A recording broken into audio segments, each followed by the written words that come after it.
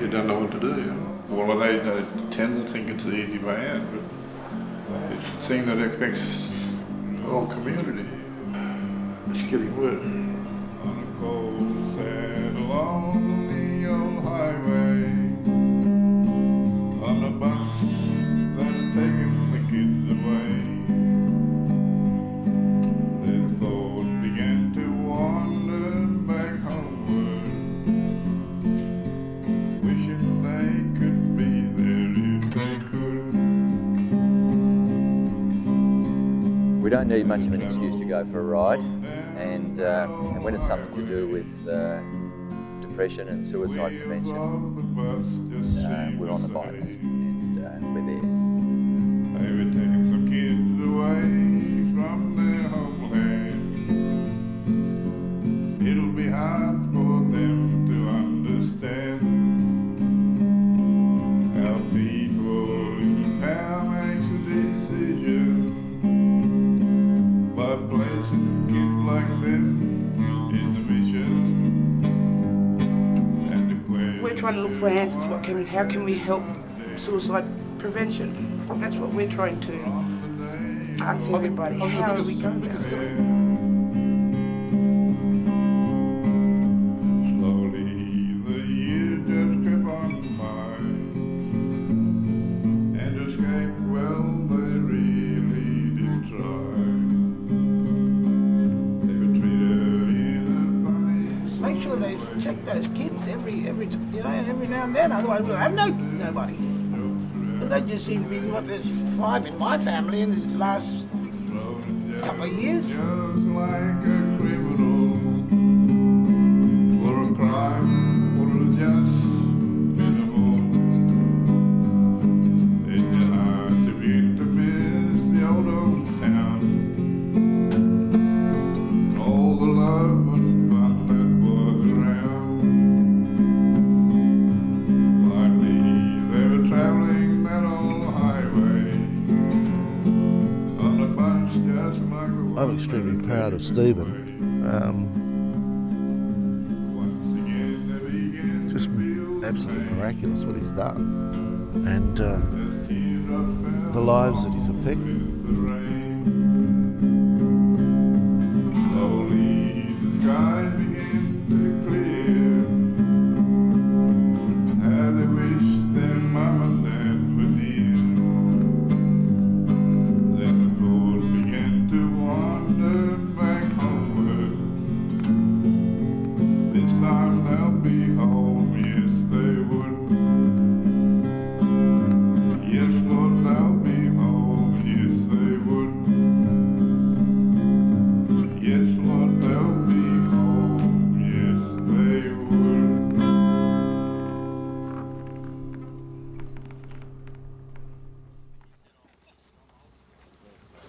It's no longer that horrible stigma that you don't talk about suicide. You just let people talk about the things that are on their mind, and sooner or later, if you build enough trust, some of the worries and the concerns and the risk factors come out.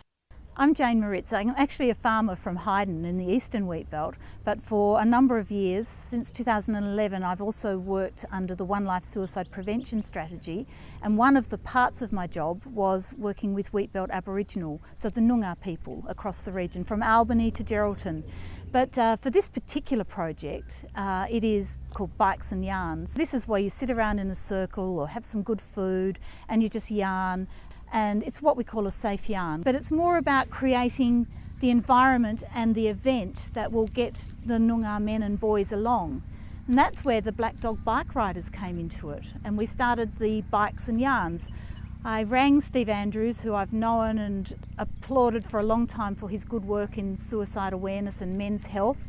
And I said, look, I've talked to some Noongar men in Northam, and they said the best way I could get the mob along for a yarn session about suicide, because it's not a good topic, you know, it's a horrible word, suicide. But the best way we could get them along is if you could get us a few motorbikes. Do you reckon you know anyone with some motorbikes? Well, did I know someone with motorbikes? And Steve said, we have been looking for an opportunity to connect with Indigenous people. Jane, this is just, the timing is perfect. So Steve, in his own time, has organised about 20 bike riders to come. And I rang the elders in each town of York, Northam, Kellerberrin and Quairading, elders who I already knew and who respected me because we've worked together and built trust up over the last 3 or 4 years, and it's been a fabulous privilege for me to be part of doing that.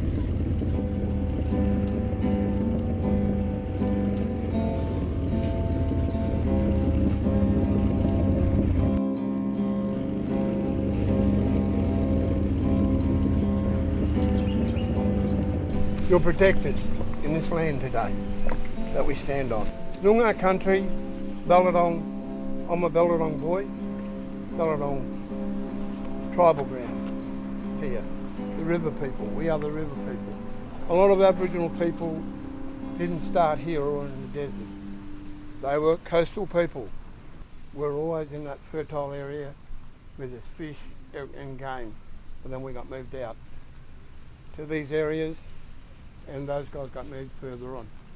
My tribe refused to move. We wanted to camp here because we liked it here, and we're still here. So I'm happy with that. Speaking on issues that are concerning our people, yes, mental issues is a big thing. It all comes inside with drug and alcohol, which you guys also being here helps. We know that, so thank you for being here today with us. Thank you. Our observation is that there's a lot of suicide amongst the young Indigenous boys. Is that something that you're aware of in the community here? It's not a thing that was talked about in our community, our race. It was a shameful thing, and it's not to talk to anybody about it. It was my problem. I had to sort it out. So I'm hoping you guys may have some ideas, or something may pop up in your mind that has happened to you somewhere down the track, and you'd like to tell us about it. We're here to start the conversation. That's what we want to do. We believe that the way to, or part of the way to solving the problem of depression, of this shame that's attached to suicide that you mentioned, is to talk about it. We ride around on our motorbikes getting people to talk about it. That's why we're here today. And we hope that by us coming here, that we can start the conversation amongst your people that will lead them to getting help, and then hopefully stop the people in despair taking their own life. That's what we try to do.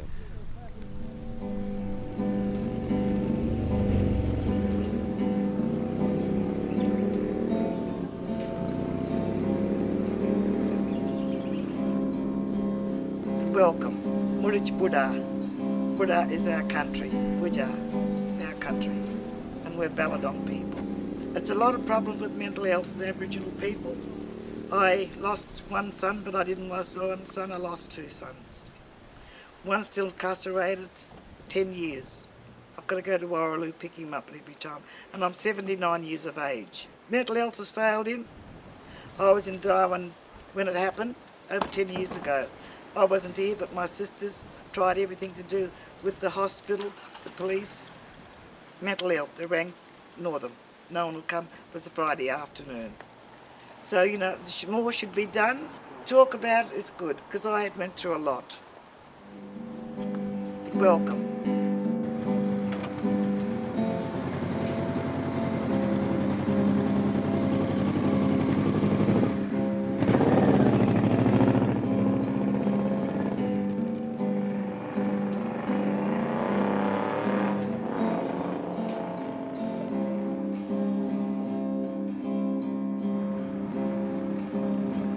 I've got 2 cousins came to me right before they took their lives.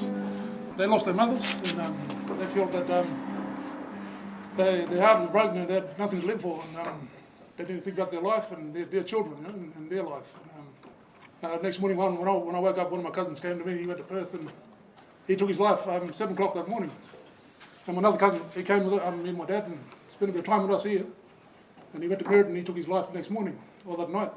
While me, myself, I could have prevented something like to help him, but then I thought to myself, I can't sort of blame myself because, it was their choice, and at the time I didn't really understand what they was sort of going through, We have been feeling that guilt.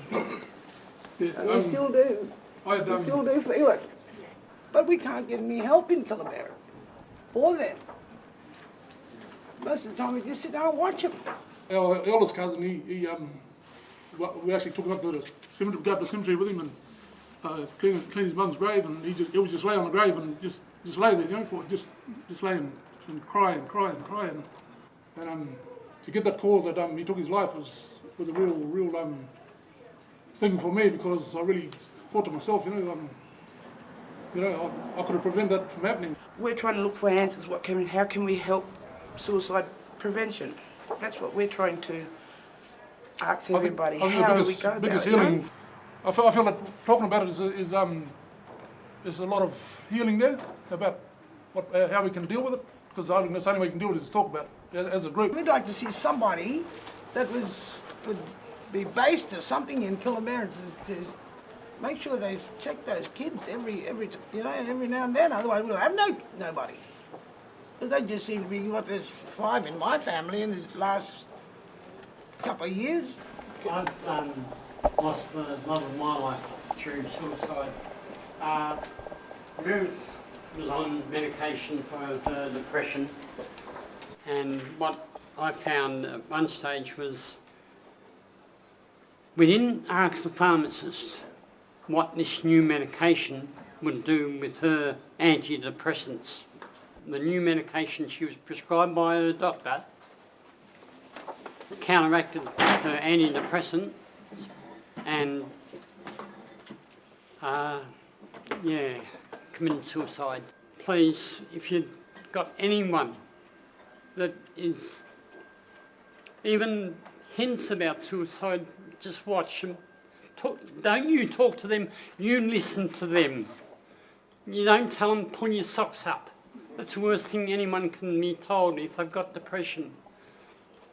You have to just be there for them, know that they're loved, and get support for them. But they have to be open to you, and for you not to be critical of them at all.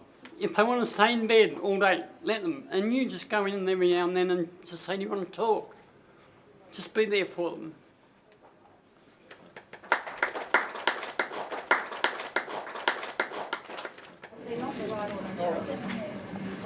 Now there's something else that can help, and we think it's music. And Uncle Tom lost his guitar because it got wrecked. So these guys have made a really kind gesture. They've all put their hands in their pockets, and we have for you, Uncle Tom, something bloody beautiful. I really appreciate that, and thank you very, very much for your time and this gift. Thank you.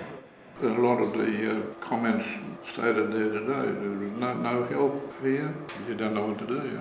Well, they tend to think it's the easy way out, but it's a thing that affects the whole community. It's getting worse. Along with the drug and alcohol, they just tend to go to the extremes where they want to end their lives because nothing's going according to their plan. My son touched on a few things there this afternoon, but which was devastating in terms of not knowing what to do, blame yourself for what happened. But it's nobody's fault.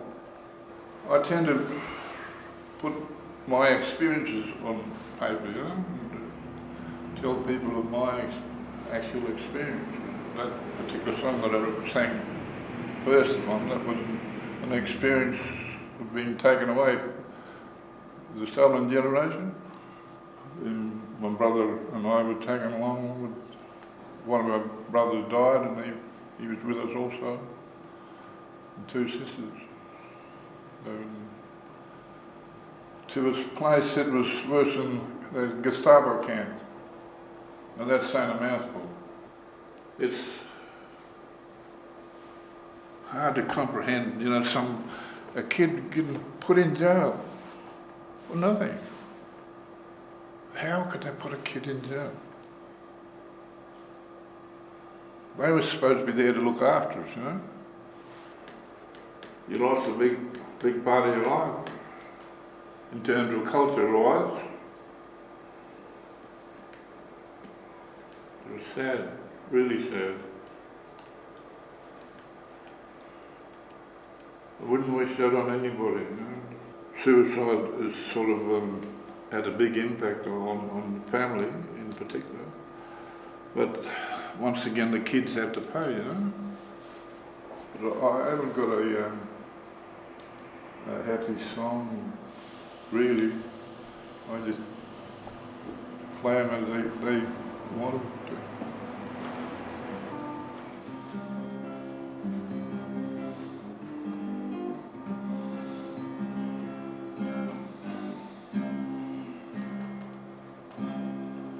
Let's go on the finger,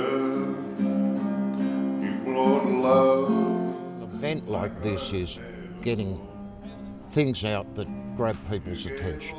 So yeah, motorcycles are something that puts us out there. I've had depression all of my life, so working in that area is something that is sort of close to my heart. When I'm hungry, you're my shelter from trouble. I'm extremely proud of Stephen. Just absolutely miraculous what he's done, and the lives that he's affected. So I flew into Alice for the first ride, and there was this big guy there, and he came up to me, and he was a giant of a man, and he said to me, "You're a lucky man to have a friend like Stephen." And he said, had I not met him on his ride around Australia, I wouldn't be here. It just meant so much. You know, one life that was saved. You still be everything. I have worked with some Indigenous Australians and made a huge impact on me. And as a result of that, when this opportunity came up, I grabbed it with both hands. And the way that we interacted with the Aboriginal communities yesterday just says it all. To our children and to me, the reason. These people haven't got a chance, I don't believe. We talk about the stolen generation. Well, this is another version of that. These kids aren't getting a chance. And except their parents and their grandparents are the ones that are being left behind. In life's ocean, but most of all, you're my best friend. When I need. If we can help people to understand that you can talk about it without there being any social impact, that it's fine to be able to say, yeah, I'm feeling down and I don't see any future. In the process of talking about it, you can usually find your own answers, but while it's going around and around in your head, there's no answers. It just makes it a whole lot worse. When I'm hungry, you're my shelter. When you're in a steel cage, you're not able to interact with the wider environment that you're travelling through. And it's an absolutely magic feeling that I'm there in the middle of nowhere and having a ball. Most of all, you're my best friend.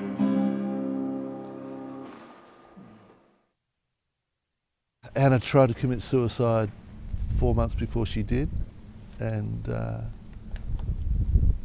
I didn't know anything about it, and I was trying to find out about these sort of things. And one thing that sticks in my mind is that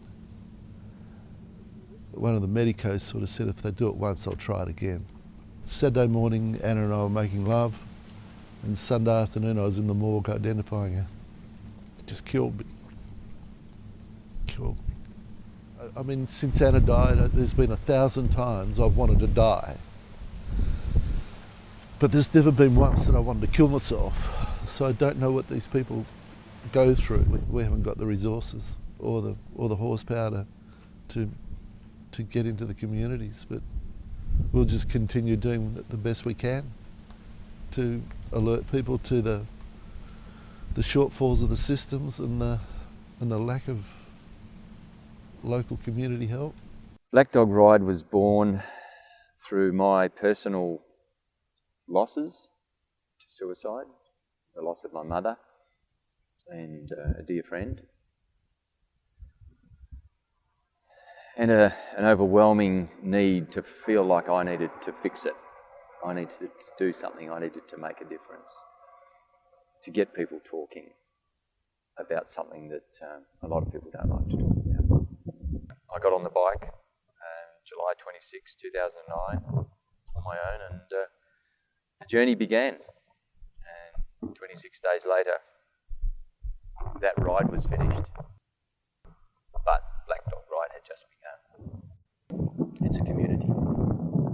It's a community of people who like riding motorbikes and who, like me, want to make a difference, want to be involved in the solution.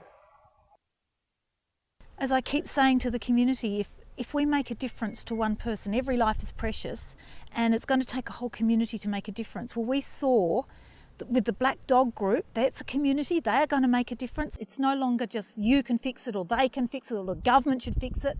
We need to do this all together, and every avenue that we use is going to help. I just believe there are ways that we can help people if you get them at the right time. That emotional first aid, you know, like stopping the bleeding, that emotional first aid is just so critical. We're right on the edge of life for these people. People say you only need to save one life to make a difference, and Black Dog Ride as a community Australia-wide has done that. If we've made a little bit of difference to the lives of the people that we met today, we'll keep riding, we'll keep doing it. I'm only 61, I've got plenty of years of riding left. My dad was riding just the other day with me, he's 83. I'll still be riding at 83 if I think I need to.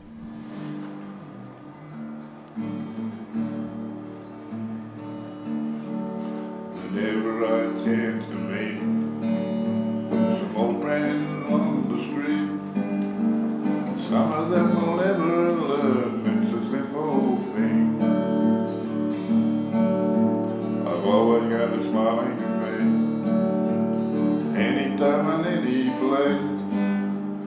When they ask me how, I just smile and say, you've got to kiss and have a good morning. Let them know you think about them when you're gone. Kiss and have a good morning.